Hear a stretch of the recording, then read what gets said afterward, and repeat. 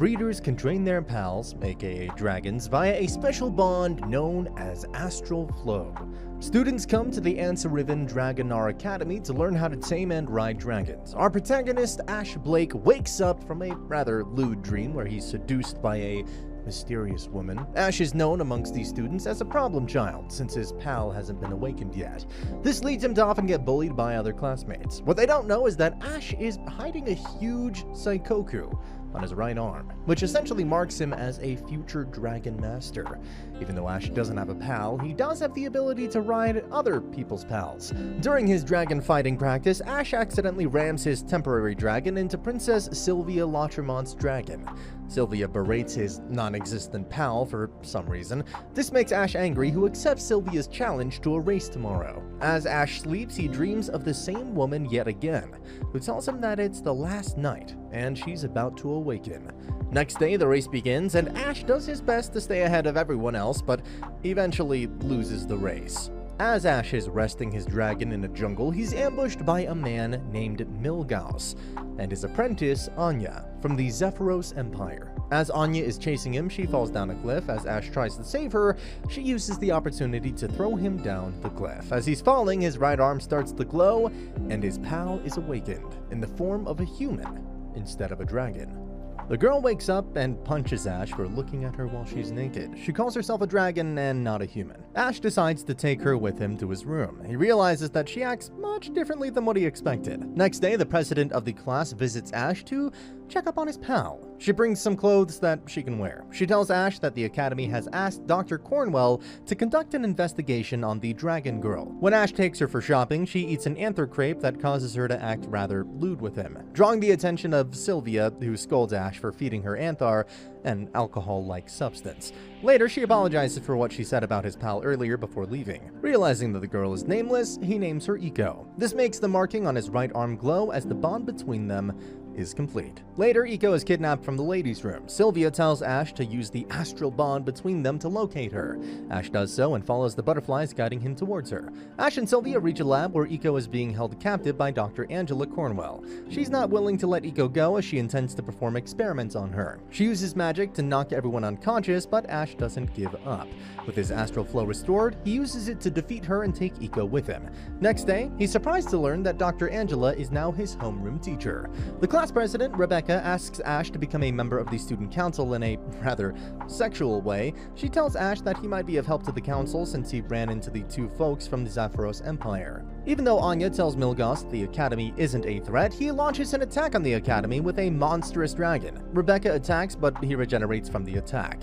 Sylvia loses focus, so Ash has to slap her to bring her back to reality. She summons her dragon so Ash can ride it and save Iko from the tentacle hentai monster.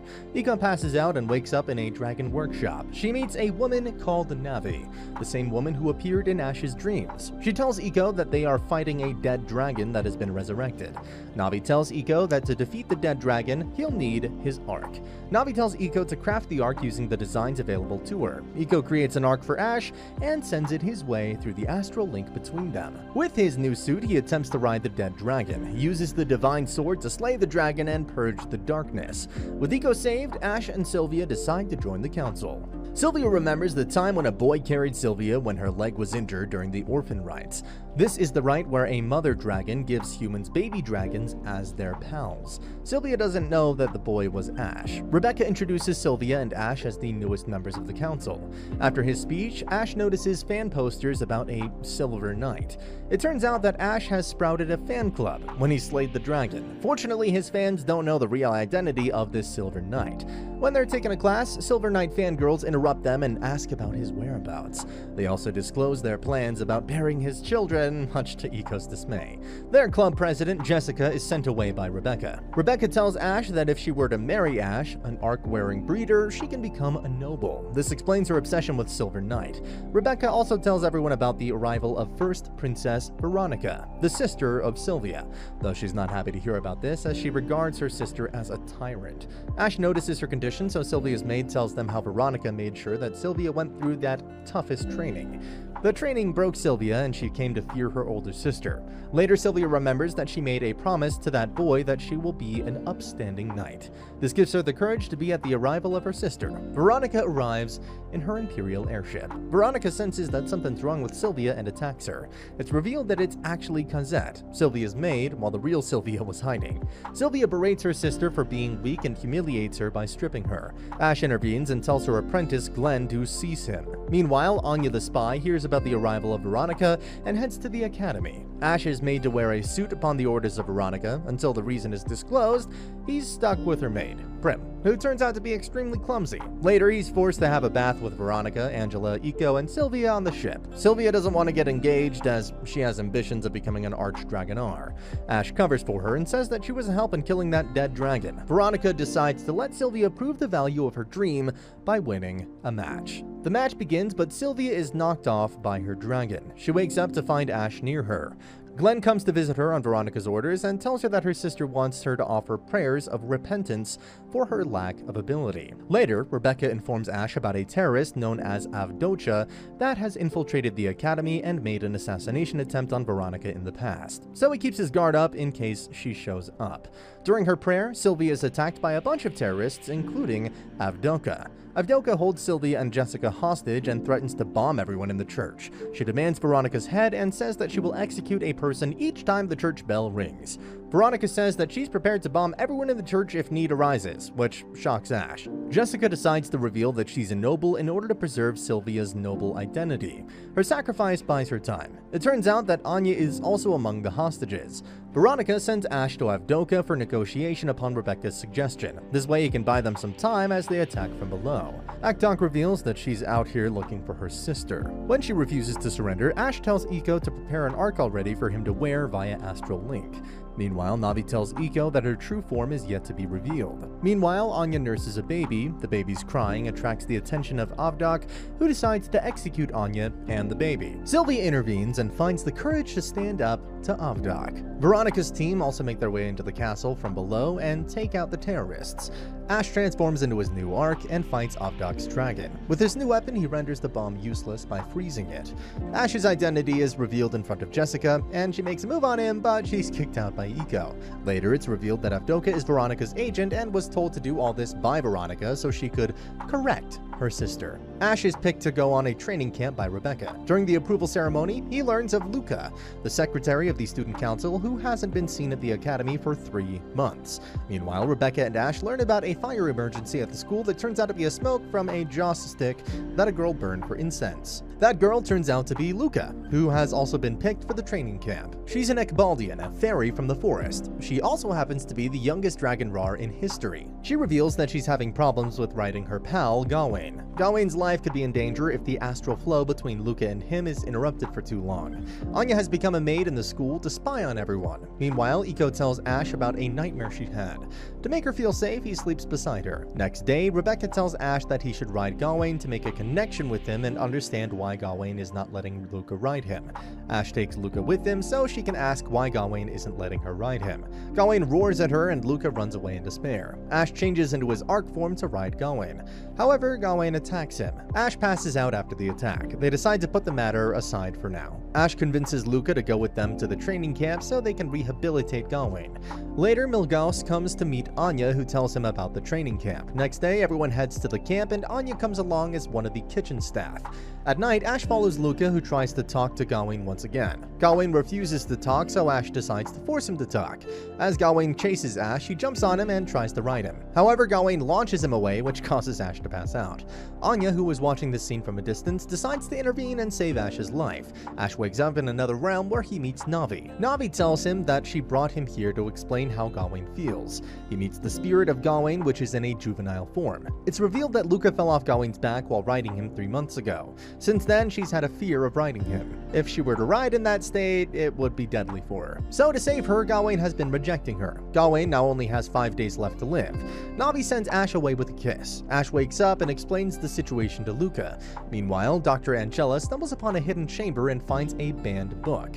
As she reads it, Milgaus and Anya show up. Angela recognizes Milgauss as Julius before being knocked unconscious. Luca tells everyone that Gawain has gone missing. Rebecca deduces that he must be at the Willingham Mausoleum, the place where young dragons are buried. Ash, Sylvia, and Iko go to help find Gawain. Milgauss resurrects a horde of dead dragons to attack the team. The team defeats the dragons, but they march towards the camp. At the camp, Rebecca and the students fight them. As the group moves forward, they find Gawain, but Milgauss is also there. Upon hearing his voice, Sylvia has flashbacks of her brother. Milgauss resurrects a large dead dragon. Meanwhile, Iko visits the spirit workshop to craft another arc for Ash. With his new arc, he battles Milgauss as Sylvia fights the dead dragon. Ash uses petrification magic on his dragons, but Milgauss proves to be stronger than that.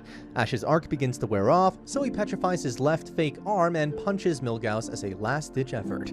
Meanwhile, Sylvia defeats the dragon and the group tells Milgauss to surrender, but he runs away. Luca thanks him for helping her and Gawain and gains the confidence to ride her pal. With the astral link restored, Gawain begins to breathe again. Meanwhile, everyone at the camp is overwhelmed by the number of dragons. Luca returns to camp with her dragon and eliminates all the dead dragons. Milgauss reports everything to a mysterious person.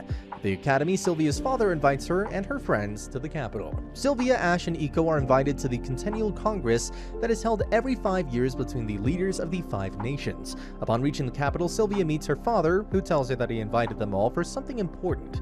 She asks her father what her brother Julius was actually executed for. His father questions why she would even ask that. Sylvia notices that he's lying about Julius's execution. Meanwhile, Iko and Ash explore the capital accompanied by a maid. Iko notices that Ash is looking at couples and is jealous of them, so she allows Ash to hold her hand.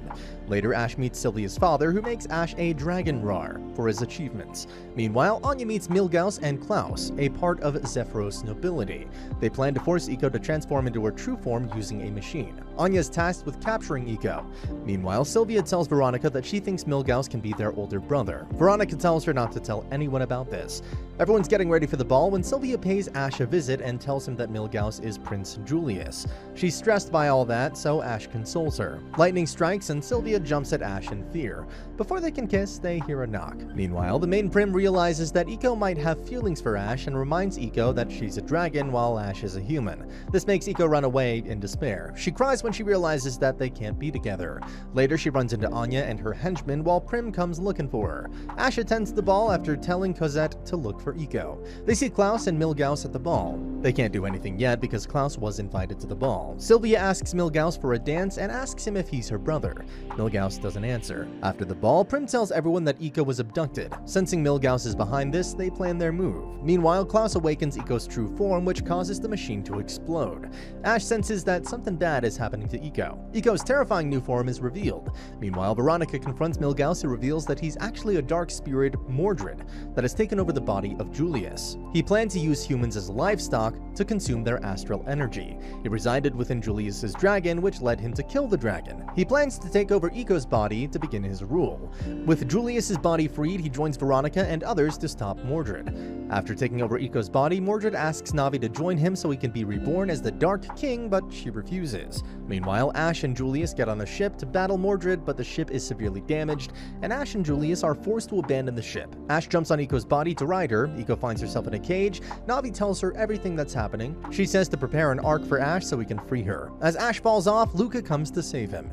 Everyone else also comes to the rescue to buy him some time. Ash jumps on Iko's body, but Mordred launches an attack. Before he can be hurt, his new arc manifests. He summons a sword and cuts off a horn, which forces Mordred out of Iko's body. With Mordred defeated, Ash embraces Iko. Meanwhile, Advok finds her sister Anya in the dungeon. Ash recovers following the incident, and Iko reveals her feelings for Ash as they kiss. And that's the end of the video. As always, if you liked what you saw, subscribe to the channel. I'll be uploading a lot of videos just like this, so I'll see you at the next one.